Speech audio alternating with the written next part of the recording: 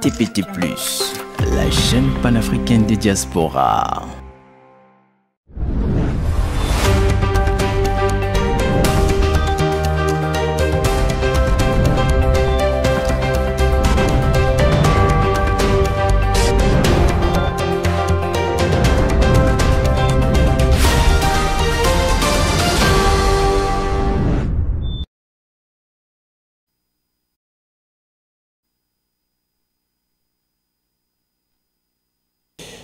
Bienvenue à cette demi-heure de l'information sur TPT+.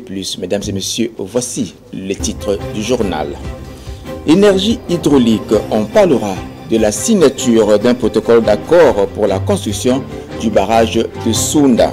Amour quand tu me prends, chantent les poètes. Qu'en est-il de l'amour à distance? La réponse dans ce journal. L'hygiène intime masculine, un sujet rare que va traiter la courageuse Joëlvie Serrache de TPT+ Brazzaville. Dans la recherche de la guérison multiforme, les Brazzavillois font recours à des articles religieux que nous allons découvrir dans ce journal. Au Nigeria, la ville de Maiduguri sous les eaux après la rupture d'un barrage. Voilà pour l'ossature, à présent les détails.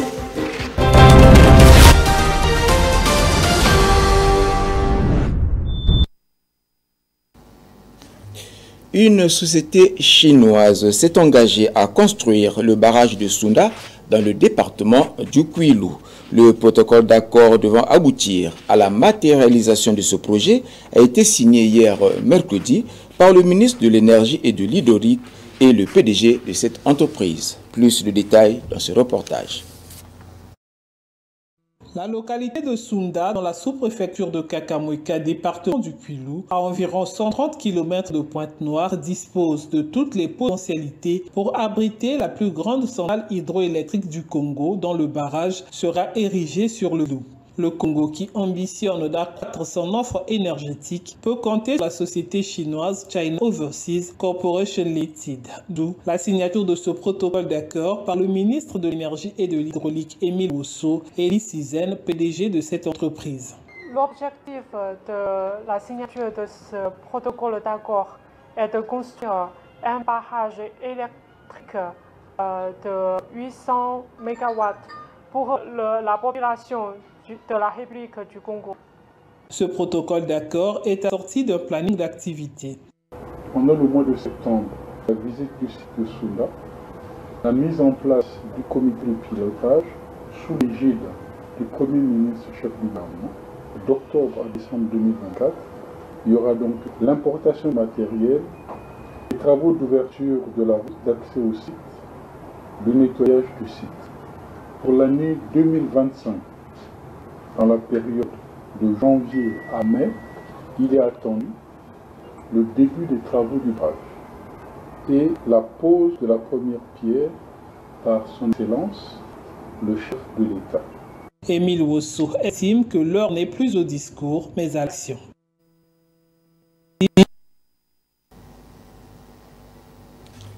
Il se tient au Cameroun la 9e réunion du comité technique en charge du suivi de la mobilisation des financements et de la mise en œuvre des projets intégrateurs prioritaires de la CEMAC.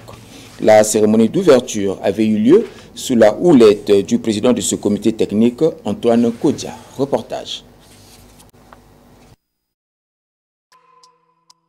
Cette 9e réunion de ce comité technique en charge du suivi de la mobilisation des financements destinés à la mise en œuvre des projets intégrateurs de la CEMAC dans le cadre du programme de réforme économique et financière de la CEMAC, bref CEMAC, qui se tient ici à Douala, fait suite à une autre réunion similaire tenue à Brazzaville en mars de cette même année. Ici à Douala, il s'agira de faire le point sur les modalités de démarrage des projets du deuxième programme, des projets intégrateurs prioritaires de la CEMAC après le succès du premier programme. Nous nous retrouvons ici pour faire le point des 24 projets intégrateurs qui avaient été adoptés par la conférence des chefs d'État. Ces projets visent à doter la sous-région d'infrastructures importantes, aussi bien dans le domaine de l'eau, dans le domaine de l'électricité, dans le domaine des transports.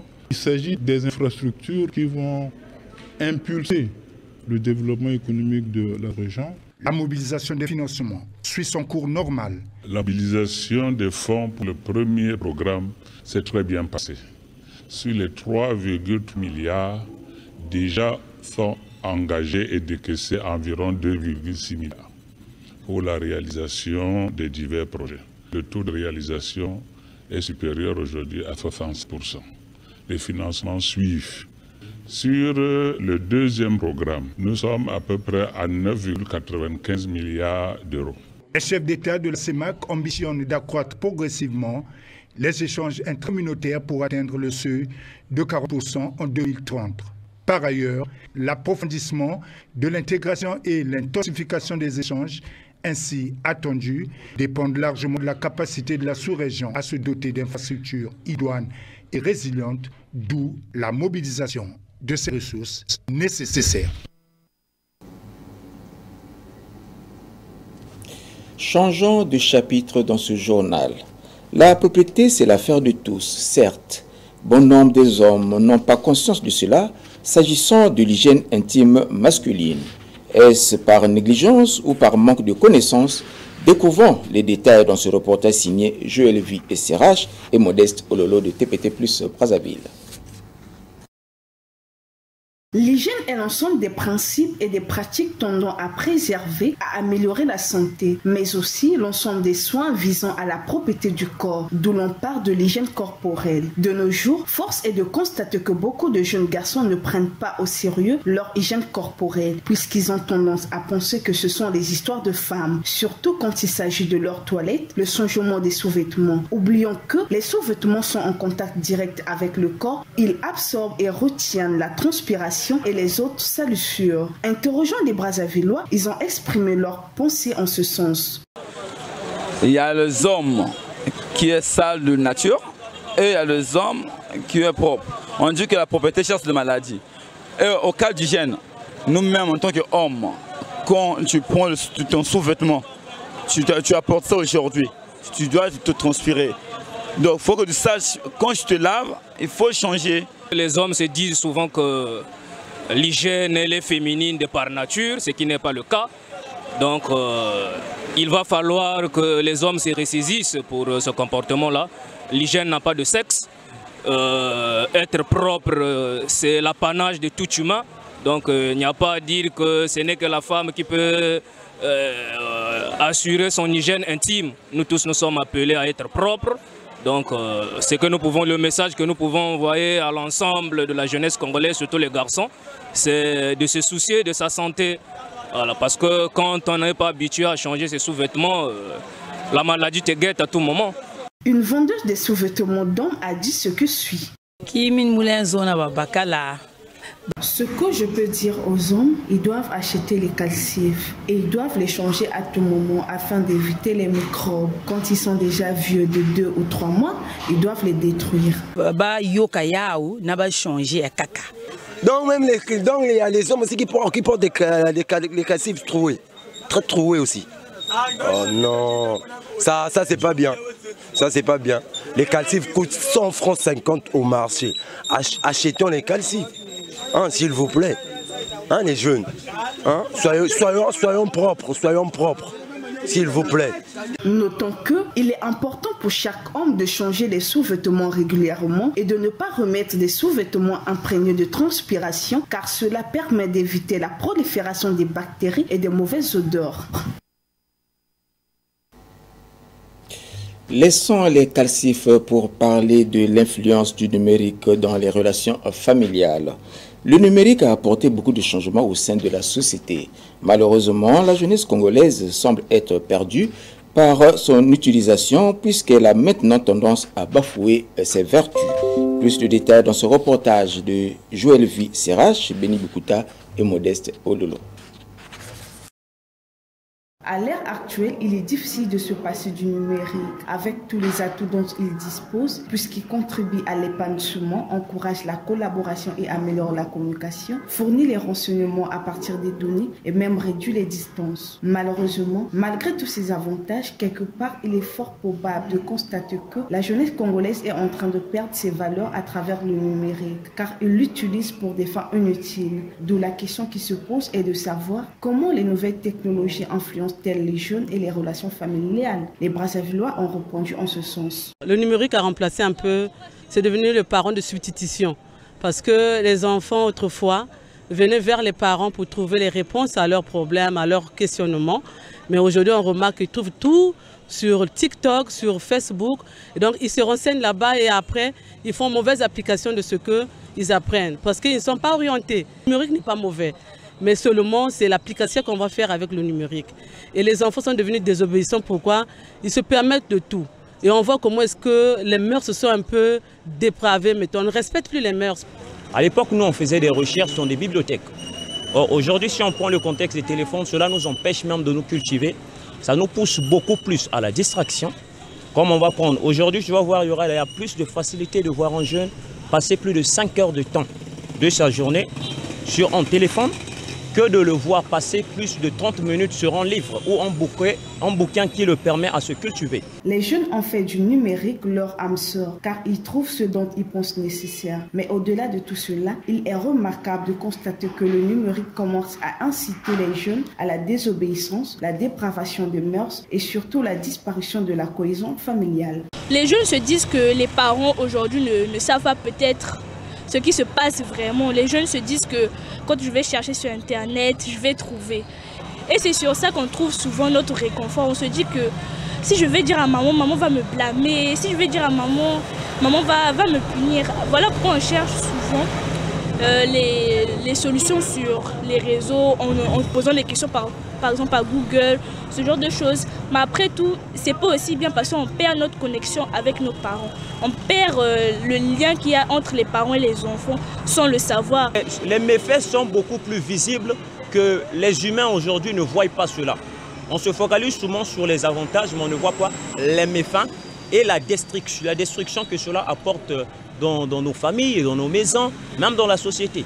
Ça donne en fait l'accès à tout le monde, ou même un enfant aura la facilité de voir des choses adultes sur le net sans pourtant qu'il ait l'âge. Donc il y a vraiment la facilité, disons que non, le laisser aller y est tellement trop. Ici est de noter qu'il est important que chaque jeune essaie d'analyser sur quelle fin il utilise le numérique.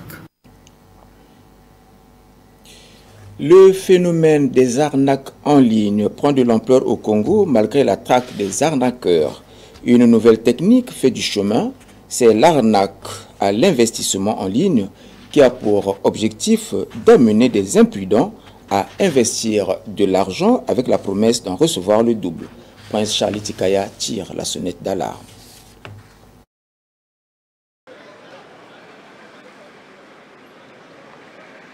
Investir son argent en ligne est un pari risqué dont certains gardent un souvenir amer. La supercherie commence par un message ou un appel d'un numéro inconnu ou encore le statut détourné d'un de tes correspondants, puis s'en suivent des propositions d'investissement à base d'arguments plutôt convaincants, photos, vidéos et parfois de faux témoignages. Dans ce genre d'escroquerie, les fraudeurs usent de plusieurs stratégies pour convaincre les victimes. Des statuts attrayants, des appels pour rassurer la victime et l'inciter à investir. En contrepartie, ils promettent des rendements mirobolants sur les sommes investies. Sur les réseaux sociaux, les arnaques sont fréquentes et prennent différentes formes. De la vente en ligne à l'inscription sur un site frauduleux, en passant par les fausses commandes dans un restaurant, la vigilance des utilisateurs est plus que nécessaire.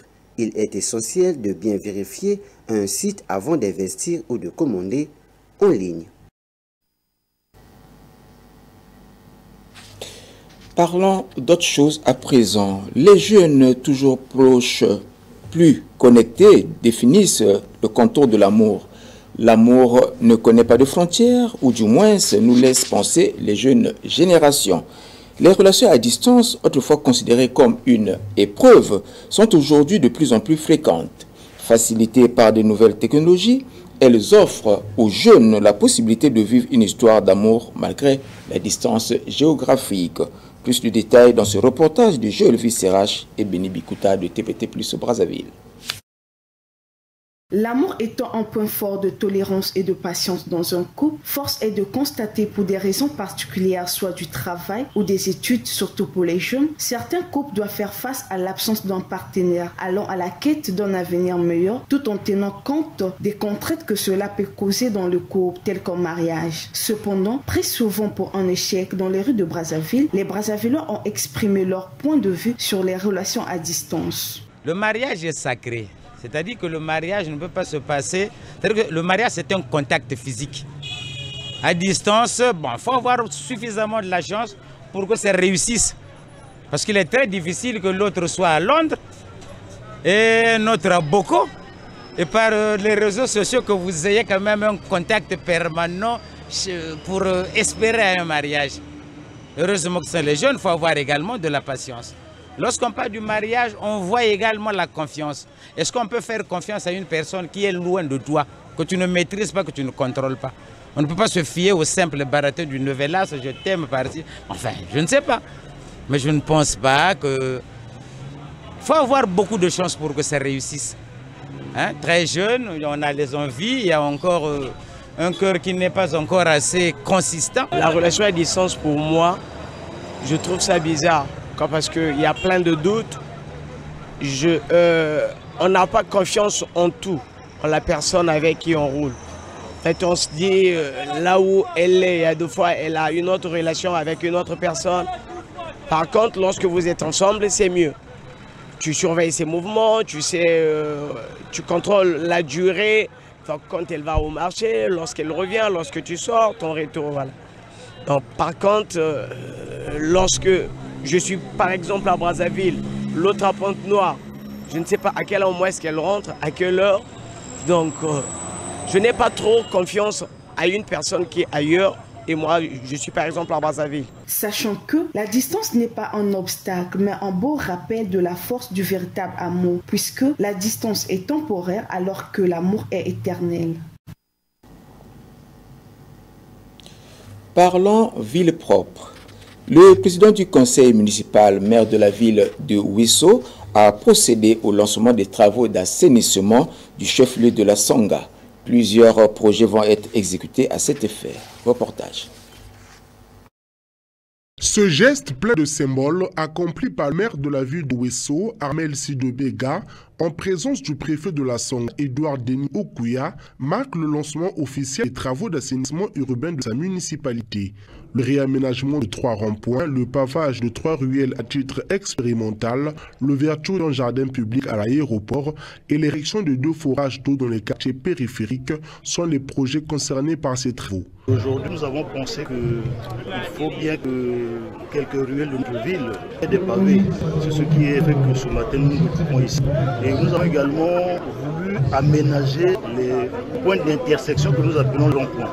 Nous avons aussi voulu donner de l'eau à la population dans certains endroits qui sont encore reculés. Ces travaux s'inscrivent dans le cadre de la modernisation de la cité du Cacao, amorcée lors de la municipalisation accélérée grâce à l'appui budgétaire du gouvernement de la République. La mairie de Ouesso a acquis un tracteur multifonction et une niveleuse. La réalisation de ces travaux et l'acquisition de ce matériel de génie s'inscrit dans le cadre du renforcement et de l'amélioration des infrastructures routières de notre ville. Un rituel traditionnel de bénédiction des travaux a été effectué pour permettre à la ville de Ouesso de connaître dans les prochains mois une transformation quantitative de son image. La rentrée scolaire au Congo rime avec arrivée des pluies. Une saison de tous les dangers pour les habitants de Pointe-Noire qui résident dans les zones marécageuses et à risque. Les mauvais souvenirs des inondations et des éboulements hantent déjà les esprits. Prince Charlie Tikaya, note de reportage. Au cours de l'année écoulée, notre pays a enregistré plusieurs cas d'inondation à travers le pays, notamment dans les villes de Pointe-Noire, Brazzaville et au nord du pays, à Makotipoko pour ne citer que ceux-là. Un fait que les populations, faute d'initiative et de politique des décideurs, risquent une fois de connaître avec leur progéniture, d'autant plus que ces pluies diluviennes laissent ces derniers à la belle étoile. Si certains compatriotes ne connaissent pas ce problème en raison de pluie, pour d'autres, cette période est semblable à un cauchemar éveillé, car autant des mesures qui sont supposées empêcher les eaux de faire un désastre sont en train d'être prises par les citoyens. Pourtant, ne dit-on pas que l'eau trouve toujours son passage? Outre les barricades et le curage des caniveaux, les populations souhaitent ardemment l'intervention des autorités car la tâche est lourde. Le cas de plusieurs quartiers de Pointe-Noire, dont Tchali, où en période de pluie, les populations sont contraintes d'user de toutes sortes de stratagèmes pour rejoindre la terre ferme. Les autorités compétentes sont donc invitées à intervenir promptement afin d'éviter le pire. Le week-end dernier, les habitants de Kikala, sous la conduite de la première citoyenne de cette ville, ont procédé à l'opération du curage des caniveaux. Une manière pour eux de respecter la directive gouvernementale du premier samedi du mois. Reportage. Premier samedi du mois. Ici, nous sommes à Kingala, chef-lieu du département du Poul. Boutique fermée, place à l'assainissement. Autour du maire de cette commune, Edwige Ndebeka Biyegi, agents et population pour le curage des caniveaux. Une opération qui obéit à la circulaire gouvernementale sur la salubrité. Respectant la circulaire 0012 du 6 octobre 2018 relative à la salubrité. Nous sommes là pour curer les caniveaux. Les boutiques sont fermées, les commerçants ne vendent pas, ils attendent jusqu'à 10 heures pour ouvrir. Une action qui consiste à rendre Kinka propre et qui devrait être pérennisée, dit Edwige Ndebeka Biyegi. L'assainissement ne peut pas s'arrêter. Nous devons pérenniser cette activité et nous le faisons toujours. Nous travaillons pour assainir notre ville. Parce que si on arrête, il y aura beaucoup de mousques, il y aura de la saleté. Ça ne peut pas s'arrêter. Le travail doit continuer.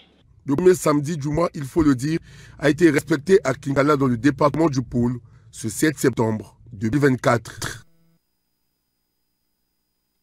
Dans la recherche de la guérison, la chance, l'estime du soi, les Brazzavillois font recours à des articles religieux qu'ils utilisent pour les différentes situations. Plus de détails dans ce reportage signé Joël Visserage et Modeste Ololo de TPT Plus Brazzaville. L'homme, dans son existence, est confronté à plusieurs situations qui vont au-delà de sa pensée. Parfois, il est dans l'incapacité d'obtenir des solutions, d'où il fait recours à la religion qui, à son tour, utilise certaines pratiques spirituelles telles que les bains à base d'eau bénite, parfums, sel naturel et bien d'autres solutions qui peuvent apporter la satisfaction. C'est dans ce contexte qu'un Brazzavillois dit ce qui suit. Le bain, c'est pas quelque chose qui commence aujourd'hui, que c'est pas la première génération ou le premier siècle commence avec le bain. Quand on va un peu dans l'histoire de la Bible, quand on va au Ancien Testament, et tous les appelés qui étaient par les serviteurs de Dieu, ils utilisent aussi le bain. Donc le bain, il joue beaucoup de rôle sur la vie humaine, par exemple sur la santé, sur aussi les problèmes spirituels.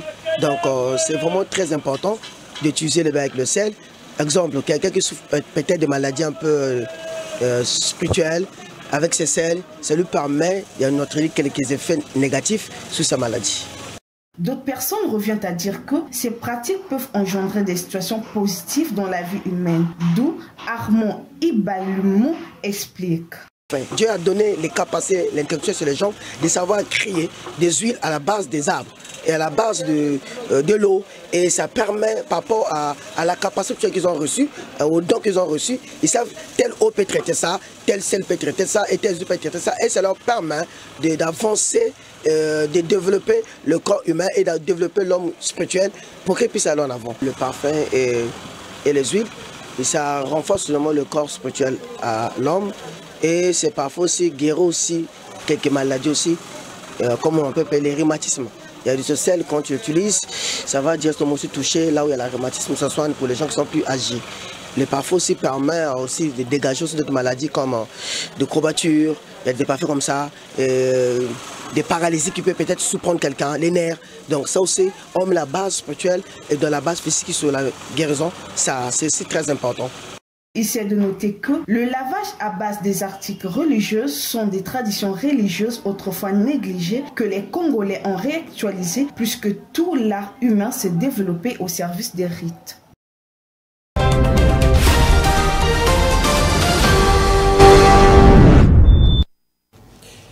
Actualité hors de nos frontières. La République démocratique du Congo lancera sa campagne de vaccination contre la variole de singe Mpox le 2 octobre prochain, soit plus d'une semaine plus tôt que prévu. Depuis le début de l'année 2024, la RDC a signalé plus de 4 900 cas confirmés de variole et plus de 620 décès, selon les derniers chiffres de Africa CDC. Au Gabon, 168 députés et sénateurs de la transition sont réunis depuis ce 12 septembre et pour 10 jours sur convocation du chef de la transition. Ils doivent examiner et proposer des amendements au projet de constitution rédigé par des experts et remis récemment au général Oligui Nguema. Enfin, au Nigeria, Maïdougouri, cette ville de plus d'1 million d'habitants, s'est retrouvée inondée après la rupture d'un barrage. Il y a au moins 30 morts et 400 000 déplacés. Les inondations ont envahi plus de 40% de la ville. Les habitants ont été contraints de quitter leur maison et sont dispersés un peu partout. Mesdames et messieurs, ainsi prend fin notre journal. Réalisation technique que vient le différent Enis Gonga. Un sage m'avait enseigné ceci. Évitez à tout prix les rumeurs, car c'est un poison pour votre esprit. C'était le journal de TPT+. Ensemble, partageons l'information. Au revoir.